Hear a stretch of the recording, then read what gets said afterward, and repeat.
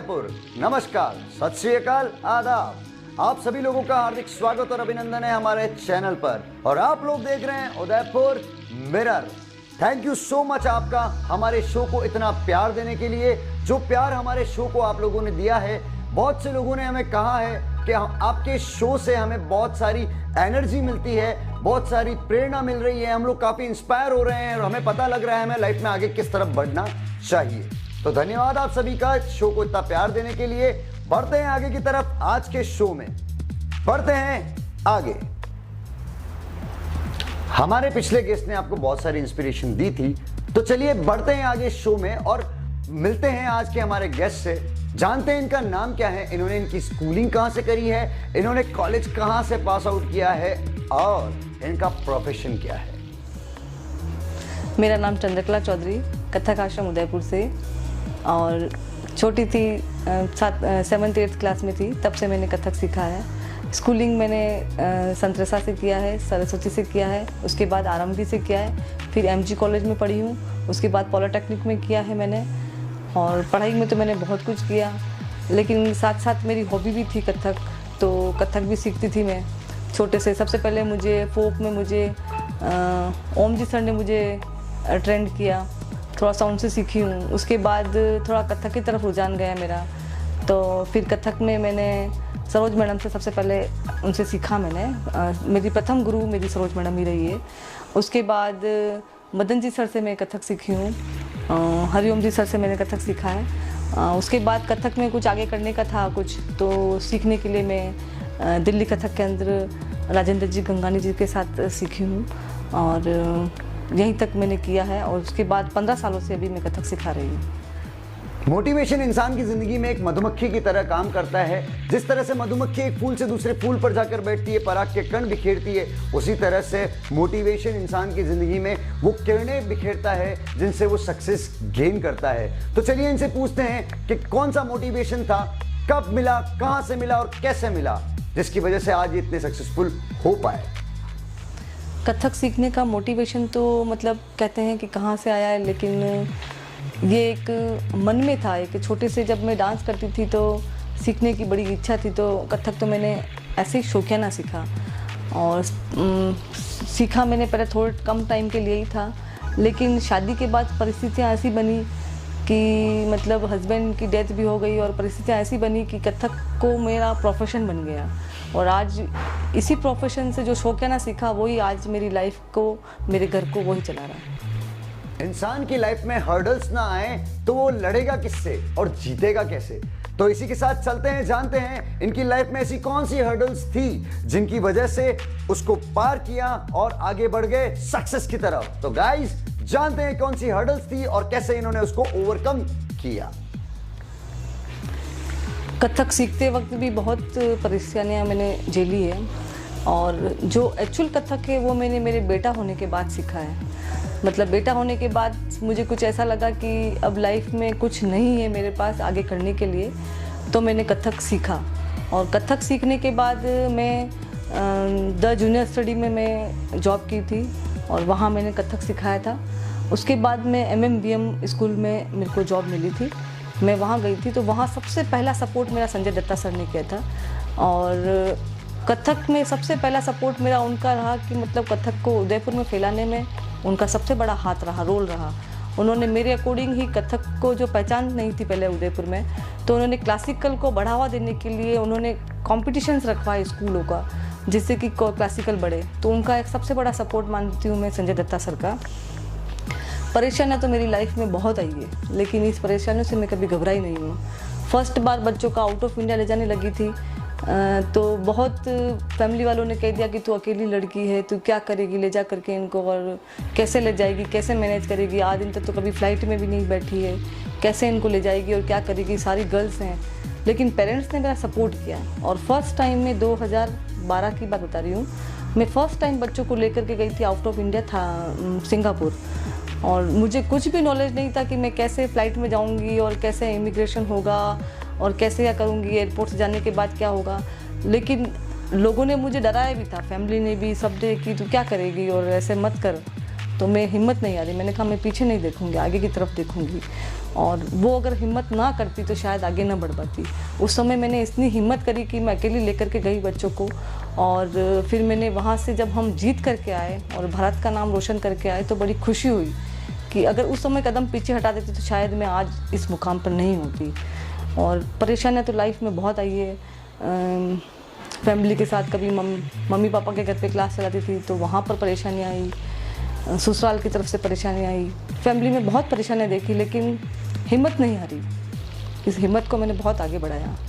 और शायद मतलब मेरी सिस्टर और मेरी भाई का और मम्मी का सपोर्ट इतना रहा कि मैं इसमें बहुत आगे बढ़ने के लिए मैंने बहुत सोचा कि मैं आगे बढ़ूँगी, कुछ ना कुछ तो मुझे करना है। और 15 सालों से कोशिश करती रही थी कि आज मैं आगे इस मुकाम तक पहुँची हूँ।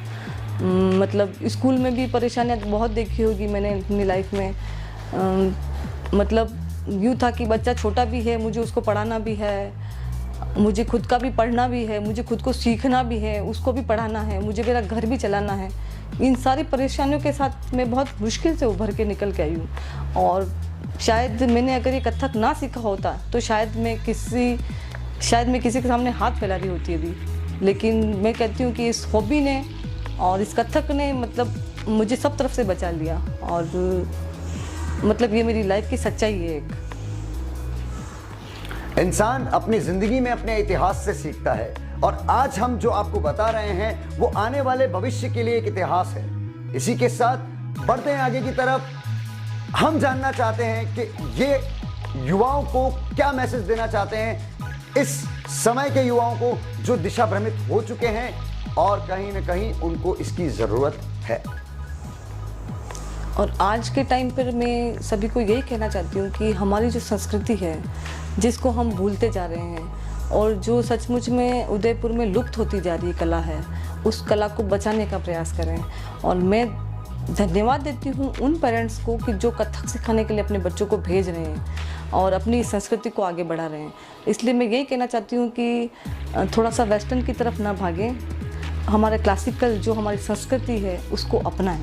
उसमें सच में अगर उसको अपनाते हैं सचमुच में आपको लगेगा कि ज़िंदगी का सार है क्लासिकल में ही है। इसलिए क्लासिकल की तरफ थोड़ा सा जो लुप्त होती हुई कला है, जो रुझान नहीं है लोगों का, मैं यही कहना चाहूँगी कि थोड़ा सा अपने बच्चों को खुद को एक क्लासिकल की तरफ डालो। आज मैं 40 इयर्स की हूँ, लेकिन मुझे देख करके कोई कहता नहीं कि 40 इयर्स की। क्यों? क्योंकि कथक है, क्योंकि मैं कथक से जुड़ी हुई हूँ। तो फिज़िकल भी और मेंटली भी और बहुत सारे मतलब ट्रीटमेंट्स भी जो इसके होते हैं, कथक से बहुत कुछ होता है। तो कथक को अपनी ज़िंदगी में अंदर उतारिए और अपने बच्चों को भी सिखाइए। तो मैं तो कहती हूँ कि ये सफल बना देगी ज़िंदगी को। बच्चा जो कथक भी सीखता है, कथक अच्छा भी करता है, तो पढ़ाई में भी अच्छा होता है। ये आप नोट भी करना। कोई भी बच्चा है तो डांस अच्छा कर रहा है तो कथक तो पढ़ाई में भी अच्छा होगा। और अपनी संस्कृति है, इसको अपनाना ही चाहिए, आगे बढ़ाना चाहिए। क्योंकि जैसे मैं छोटी थी तब भरतनाट्यम सीखती थी राजमणि जी से। राजमणि जी के साथ साथ वो कला हमारे उदयपुर से ख़त्म हो गई। आज वो कला भरतनाट्यम लुप्त ही हो गई है।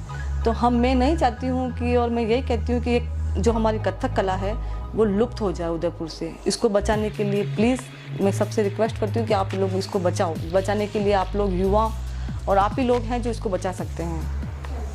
इंसान उसकी जिंदगी में इतिहास से सीखता है।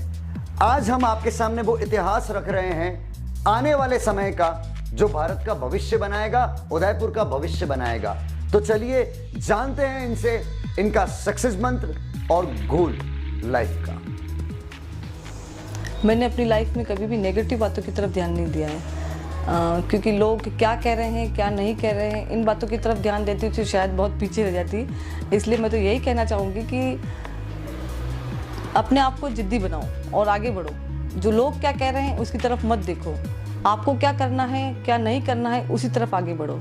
और मैं तो यही चाहती हूँ कि मेरे कथक आश्रम के बच्चे इतना नाम कमाएं कि मुझे उसी नाम से खुशी होगी कि मेरा कथक आश्रम का नाम आज इंडिया में नहीं पूरे वर्ल्ड में हो। यही मेरा सपना है।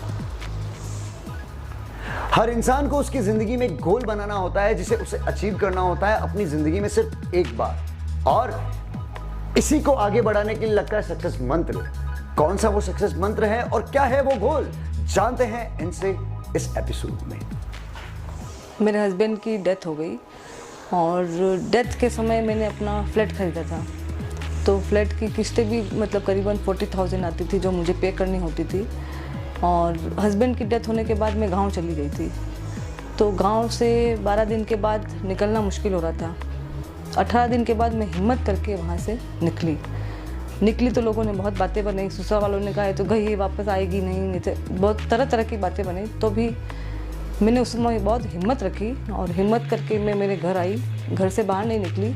लेकिन उस समय पेरेंट्स ने भी साथ दिया, मेरी क्लास का साथ दिया और रेगुलर क्लास भी बच्चों को भेजा, क्लास को बंद नहीं होने दिया मेरी। और उस समय मेरे को हिम्मत मेरी मम्मी ने, मेरे बहनों ने और पेरेंट्स ने मुझे इतनी हिम्मत दी कि मैंने उस समय हिम्मत करके मेरी उन क्लासों को, सोचो कि आप 20 दिन बाद मैंने मेरी क्लासें वापस स्टार्ट करी।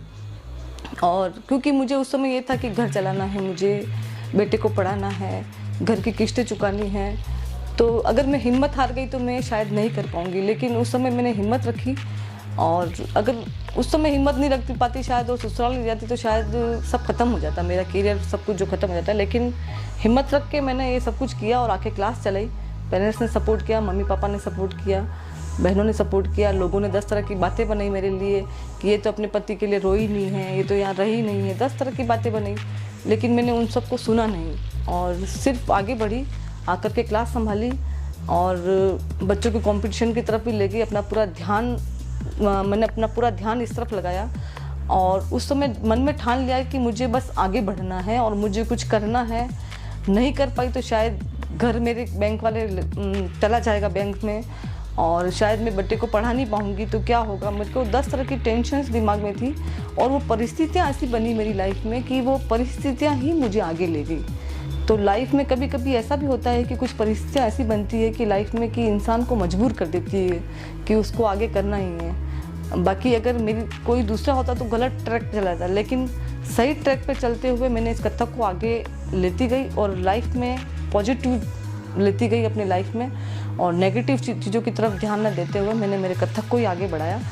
और क्योंकि उस समय ये था कि अगर क्लास नहीं चलाऊँगी तो शायद इनकम नहीं होगी तो घर की किस्तें कैसे भरूंगी। स्कूल वालों ने भी बाकायदा MMBM में थे उस समय, स्कूल वालों ने इतना सपोर्ट किया मुझे कि मतलब घर तक भी आए वो लोग। उसके बाद में स्कूल में भी बुलाया उन्होंने, मतलब जिस तरह से मैं कंफर्ट होती थी उस तरह से उन्होंने भी मेरा हेल्प करी।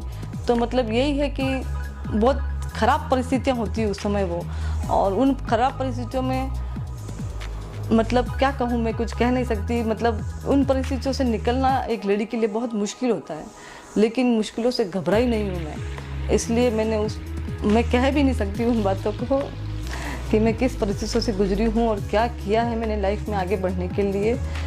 मतलब परिस्थितियाँ ही ऐसी थी कि मुझे आगे बढ़ना ही पड़ा और परिस्थितियों ने मुझे आगे बढ़ा था, क्योंकि परिस्थितियाँ ऐसी बनी कि मुझे था कि कुछ करना है। बस इससे ज़्यादा कुछ बोल नहीं पाऊँगी। गलतियाँ, माय गॉड, ये वो तितलियाँ हैं जो हर इंसान की ज़िंदगी में उड़ती रहती हैं और जब हम इन्हें पकड़ लेते हैं तो ये मर जाती हैं। उसी तितली की तरह जब हम किसी तितली को लाइव पकड़ लेते हैं, उसी तरह से अगर हम हमारी गलती को पकड़ लेते हैं तो गलतियाँ खत्म हो जाती हैं, यानी कि वो मर जाती हैं। तो ऐसी कौन सी गलतियाँ जानना चाहेंगे इनसे जो ये सुधारना चाहते हैं या ये सुधार चुके हैं? बच्चों को आउट ऑफ इंडिया ले जा रही थी तो 10 बच्चे तैयार हुए थे, उसमें से एक बच्चा कमज़ोर रह गया, तो उस कमज़ोर बच्चे को हमें यहाँ छोड़ कर जाना पड़ा, तो बड़ा दुख हुआ। तो अब उसने अपने आप को बना लिया है, मैंने कितना मजबूत किया वो कथक सीख करके कि मैडम मुझे लेकर के नहीं गई तो मुझे अच्छा सा करना है, आगे बढ़ना है। तो लेकिन कोविड के कारण उसको लेकर नहीं कर जा पाई 2 साल तक अभी। तो अब यही है मेरी कि अब मुझे उस कमज़ोरी को सुधारना है। मेरी खुद की गलती रह गई कि मैंने उस बच्चे ने भी अभी बहुत कुछ कोशिश करी, तो अब मुझे उसको आगे लेके जाना है मुझे। आप ये सोच रहे होंगे मैं क्या कर रहा हूँ, ये वो वैक्सीन है जो कोरोना की वजह से लगाई जाती है भाई साहब। तो आप सभी लोगों से मैं कहना चाहता हूँ वैक्सीन जरूर लगवाएं और जानना चाहते हैं कोविड अपडेट्स के बारे में, इनका क्या कहना है, कोविड के बारे में पब्लिक को क्या संदेश देना चाहते हैं। कोरोना के बारे में तो यही कहना चाहती हूँ कि वैक्सीन सब लोग लगाएं।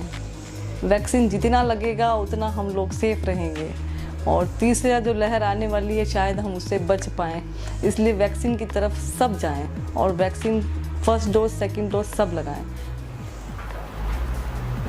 माय गॉड, जितना प्यार आपने हमारे शो को दिया है मुझे तो बर्दाश्त ही नहीं हो रहा। मुझे लग रहा है मैं कहाँ पहुँच चुका हूँ। आप लोगों का धन्यवाद इस शो को इतना प्यार देने के लिए।